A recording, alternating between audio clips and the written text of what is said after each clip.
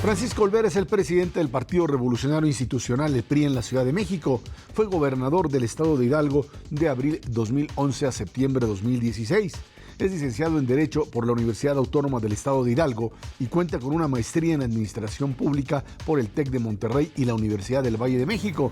También fue presidente municipal de Pachuca, secretario de Gobierno del Estado de 2005 a 2008 y diputado local en 2 ocasiones. Como alcalde fue socio fundador de la Asociación de Municipios del Estado de Hidalgo, organismo afiliado a la Federación de Municipios de México.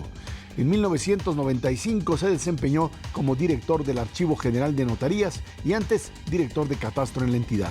También ocupó cargos directivos en el PRI hidalguense y fue presidente del Club de Fútbol Pachuca.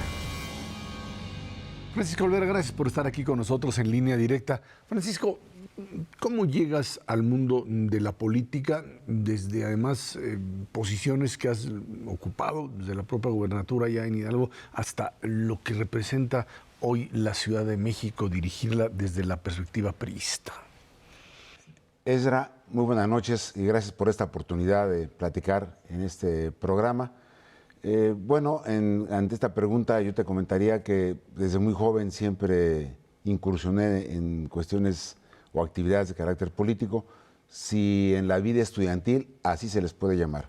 Muy chamaco fui integrante de planillas en las mesas directivas de las escuelas donde estuve.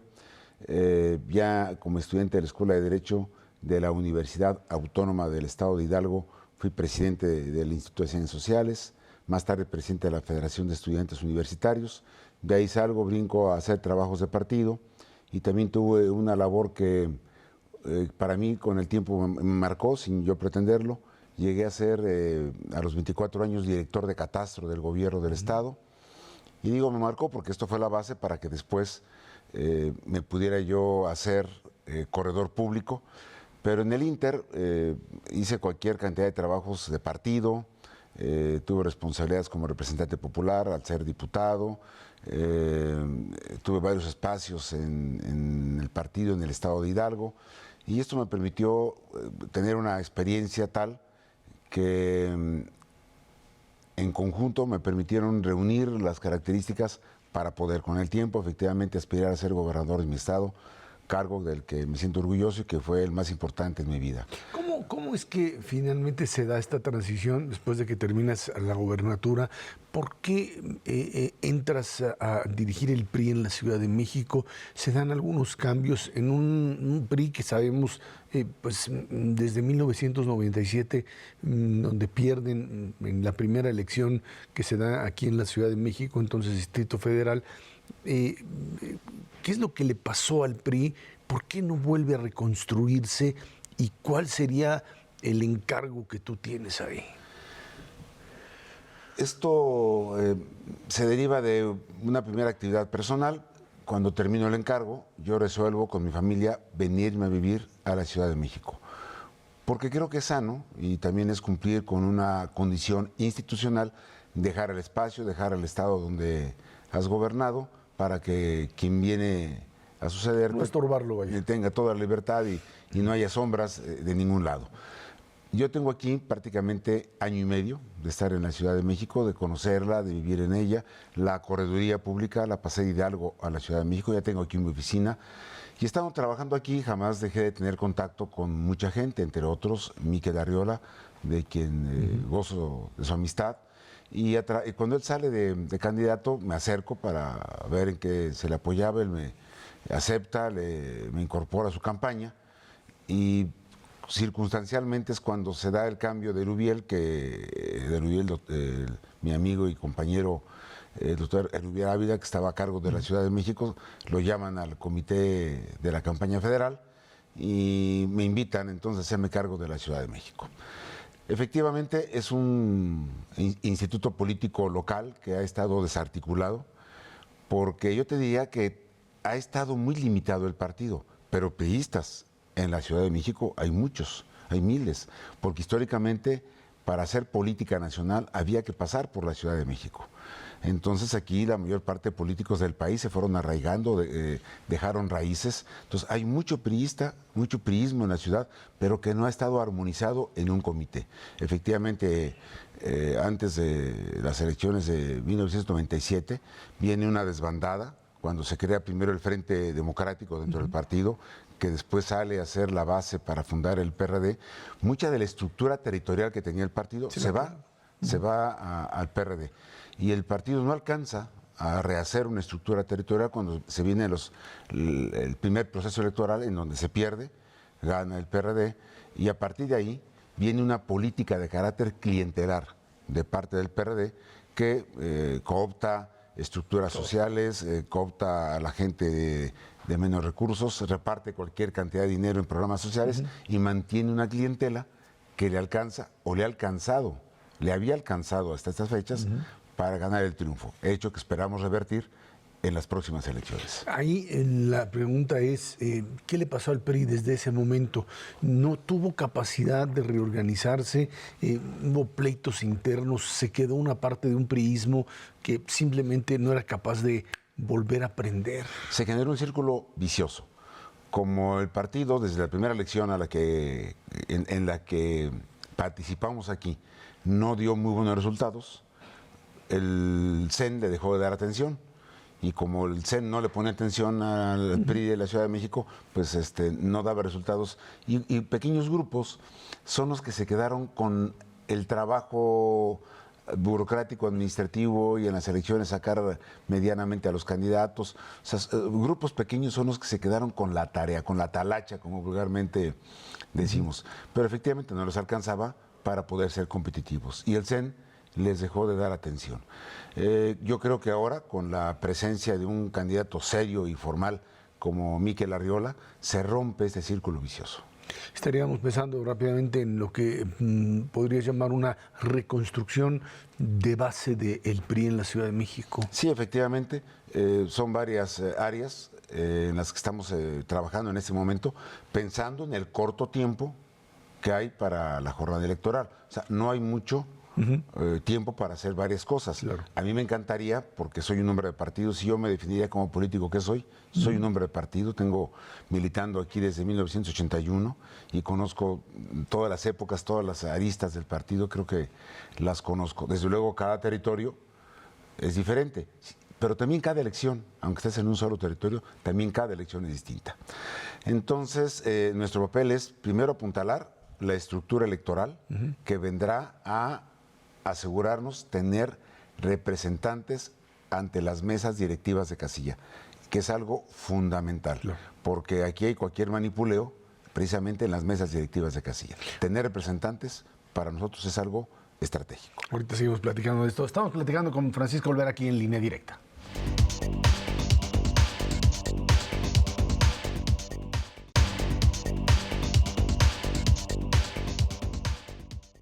Francisco Olvera, nos decías, hay que cubrir todas las casillas, por supuesto, eso es lo primero, pero también hay que atraer a votantes para que identifiquen a un candidato no priista. El PRI apostó en la presidencial y en la jefatura de gobierno de la Ciudad de México por candidatos que no se les identifique directamente con el partido. Es una dualidad que es una apuesta muy arriesgada, sin duda alguna, en el sentido de que pues, hay un voto anti-PRI en el país y en la Ciudad de México, donde al mismo tiempo lo que ustedes quieren es reforzar la estructura partidaria para que el PRI vuelva a ser una marca vendible y al mismo tiempo separarlo y decir se trata de un ciudadano. ¿Cómo le hacen para eso?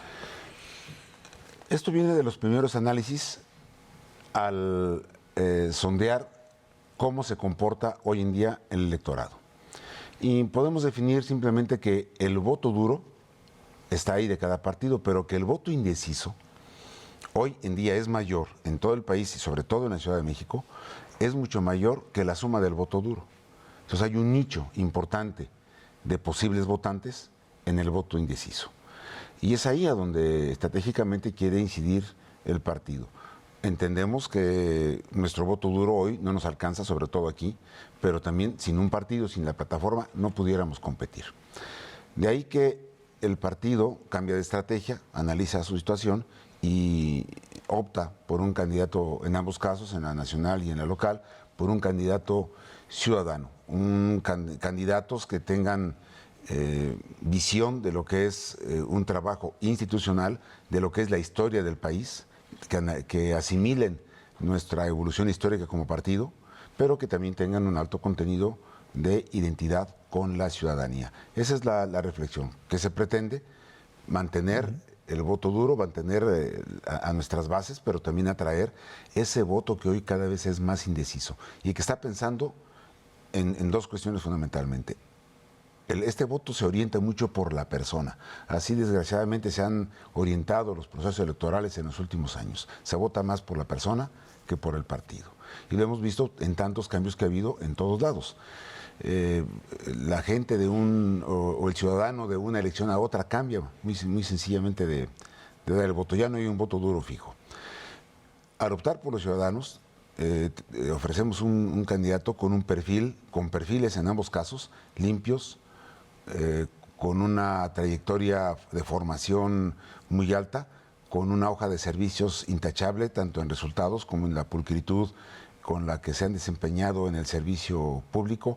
Esto es, figuras que no tengan por ningún lado mancha, ni tacha, ni nada que se les juzgue, para que la sociedad, la ciudadanía, que está cansada de temas como la corrupción, de temas como los malos perfiles, vean que hay los mejores perfiles tanto en José Antonio Meade como en Mikel Arriola. Eso por un lado. Y por otro lado, estas dos figuras hasta ahora han sido capaces, en lugar de entrar al ring solo de la pelea y del desgaste del contrario, han entrado al escenario de la propuesta real. Y todavía falta mucho.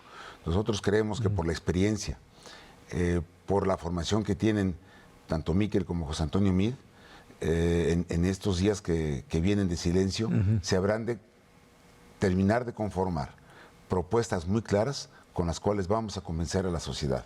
A partir de que arranquen las campañas, vamos a ofrecer candidatos limpios y las mejores propuestas para atraer el voto ciudadano. En este sentido, el PRI apostaría por tratar de recuperar cierto tipo de delegaciones que habían sido suyas. O sea, pensar en poder ganar la ciudad en un voto masivo, pues suena bastante, bueno, yo te diría imposible, pero sí esta idea de ciertos bastiones que habían sido en su momento priistas, no sé si por voto corporativo o por una penetración muy propia de un partido reconstruido, ¿cuáles serían los objetivos? Zonas que en su momento fueron priistas y se perdieron. Eso es lo que estarían buscando de recuperar. Bueno, el primer objetivo es no perder donde hoy somos gobierno, que es el caso de Milpalta, Magdalena Contreras y Coajimalpa. Creemos que los gobiernos y los representantes populares que están trabajando en estas zonas han hecho una labor tal que nos permite, nos habrá de permitir que la gente refrende el voto en favor del PRI. Por otra parte, efectivamente hay muchas zonas en donde cada vez hay una tendencia más dividida. En primer lugar, porque el partido que ha venido gobernando durante los últimos 20 años se ha dividido, se ha prácticamente dividido en dos. Y los ataques entre ellos están siendo cada vez más álgidos, cada vez es más compleja su lucha. Y esto genera un hartazgo en la sociedad, genera un hastío de ver solo problemas y ver la incapacidad tanto de unos como de otros para resolver los problemas fundamentales de cada delegación. Esto nos va a permitir que al presentar caras frescas, personas con una gran capacidad de movimiento y propuestas puntuales, que la gente voltee a ver este escenario. Yo no creo que sea tan difícil ahora ganar estas áreas. En primera, reitero, porque el voto opositor está dividido. Así es la circunstancia política y uno se amolda a las características del momento. Y por otro lado, el hartazgo que ya hay de la sociedad para con estos gobiernos que han estado presentes durante los últimos alrededor de 20 años. Candidatos frescos que generen nueva confianza a la sociedad. En este sentido, pues tendría que venir Mikel Arriola acompañado alrededor de él de candidaturas de jefes delegacionales, o ahora como se les llama, los nuevos alcaldes como tales, que fuesen, digamos, figuras que pudiesen impulsar o estar en la misma línea y no, digamos, políticos tradicionales que pudiesen descalificarlo, Francisco. Sí va a haber, primero, el cumplimiento a los estatutos, habrá muchos jóvenes, muchas mujeres, y todos ellos habrán de conformar un ambiente muy fresco, pero además lo que estamos ahora tratando de impulsar es que quienes aspiren a las candidaturas, tanto de alcaldes, diputados locales como de concejales, sean gente de las zonas, que hagan trabajo de base, que ya traigan una historial, un antecedente para poder generar un triunfo de abajo hacia arriba y que la gente sienta identificación por el conocimiento local de estas personas. Esa sería un poco una visión pues distinta a la que anteriormente tenían de pues que el comité ejecutivo les nombraba candidatos, ¿no? Así es, que venía de arriba hacia abajo, hoy vamos de abajo hacia arriba para buscar que haya penetración y un antecedente de trabajo de estos cuadros. Bueno, vamos a platicar de esto también más adelante aquí en Línea Directa. Estamos con Francisco Olvera, precisamente aquí, en Línea Directa.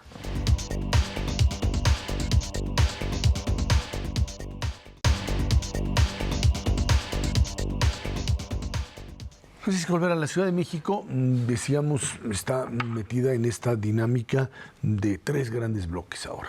El Partido de Acción Nacional va junto con el Partido de la Revolución Democrática, Movimiento Ciudadano en este frente, con una candidatura. Lo mismo sucede con Morena, que sería esta fragmentación original del PRD, y ustedes, priistas, van en otro bloque como tal. Hay quien dice, aquí el adversario a vencer es Andrés Manuel López Obrador, que es la figura que en la Ciudad de México sigue teniendo peso importante. ¿Cómo cruzarías tú esta idea de que en la Ciudad de México, tanto para el candidato Meade como para el candidato Arriola, el desafío sería vencer a López Obrador o enfrentar a López Obrador para poder ganar la elección? No podemos negar que efectivamente López Obrador tiene una gran presencia. Hay una izquierda histórica en esta ciudad, que es una izquierda intelectual, como yo la llamo, que históricamente ha venido apoyando primero al PRD y ahora se divide entre Morena y el propio PRD. Y que en esta división, al menos en las encuestas que vemos, tiene cierta preferencia a López Obrador. Pero yo no vería, no niego esa circunstancia, pero yo no vería que él es el enemigo a vencer. El enemigo a vencer es el abstencionismo o el voto escéptico, el voto indeciso. Creo que es ahí donde debemos enfocarnos, más que en tratar de vencer a alguien, cómo atraemos ese voto que está ahí en el aire y que puede ser objeto de canalizarse hacia nosotros, reitero, con buenas propuestas y mejores candidatos, como ya sucede tanto con José Antonio Meade como con Mikel Arriola. Pero por otra parte, yo creo que López Obrador hoy en día ha dejado mucho que desear y cada día lo hace más. Su paso por la regencia o por la jefatura de gobierno, en este caso, pues ha sido muy controvertida. Y yo toco dos temas. Presumen mucho de los segundos pisos, efectivamente, construidos en el marco de una absoluta opacidad. El expediente está intocado, está prohibido tocarlo hasta el año 30 y tantos, en fin, y cuando un expediente de esos, de cómo se licitó, cuánto se pagó, cuánto salió más caro de lo que estaba proyectado, toda esa información está opaca, no está clara. Y cuando se habla del desempeño en la ciudad, hay que voltear a ver los indicadores delictivos que crecieron mucho bajo el gobierno de López Obrador, pero además la actitud personal, que hoy mucho se ha cuestionado si es una persona mesiánica o impositiva. Hay que recordar su paso por la Ciudad de México, recordar aquel pleito que acabó en una frase del no al desafuero. ¿Por qué se le iba a desaforar? Simplemente porque el señor no respetaba el Estado de Derecho. Acabó no respetándolo, no reconociendo que en este país hay un Estado de Derecho y que el gobernante no puede tomar las decisiones que quiera pasándose por encima de la ley. Esa es su característica, y ahí están los ejemplos y podemos revisar. Eso la gente hoy lo está recordando, hoy la gente lo está volviendo a analizar en la Ciudad de México y por eso sabe que, y además ya es más grande, ya da muchos bandazos, un día habla de un tema de una manera, al otro día se contradice. Yo creo que hoy su propia personalidad es lo que lo va a ir bajando y lo vamos a ver. En la medida en que se vaya desesperando al paso de las semanas durante este proceso electoral, se va a desdibujar.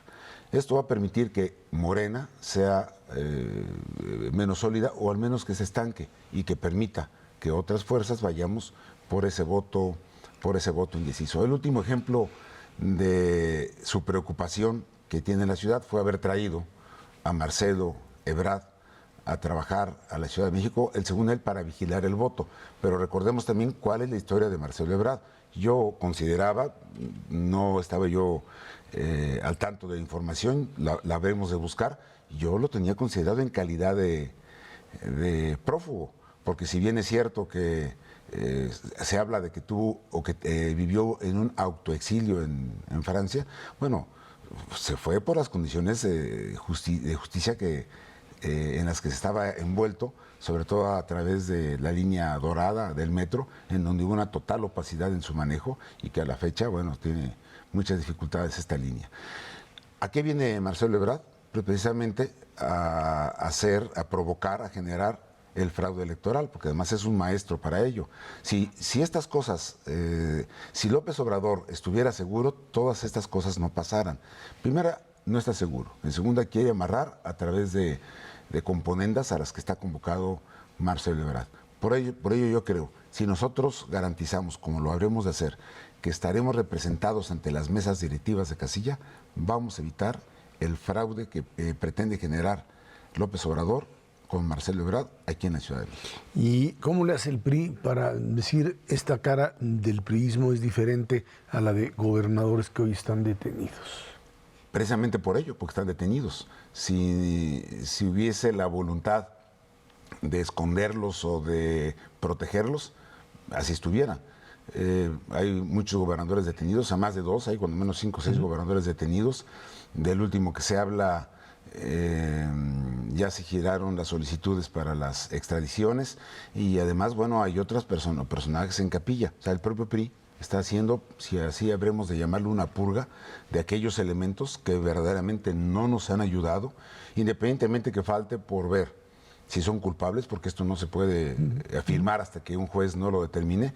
Sin embargo, las conductas previas, la opacidad que ha habido alrededor de ellos, sí determinan que tienen al menos mucha responsabilidad en el mal manejo de las finanzas públicas, y eso nosotros no lo aceptamos, porque estamos siendo objeto de escarnio precisamente por estos hechos.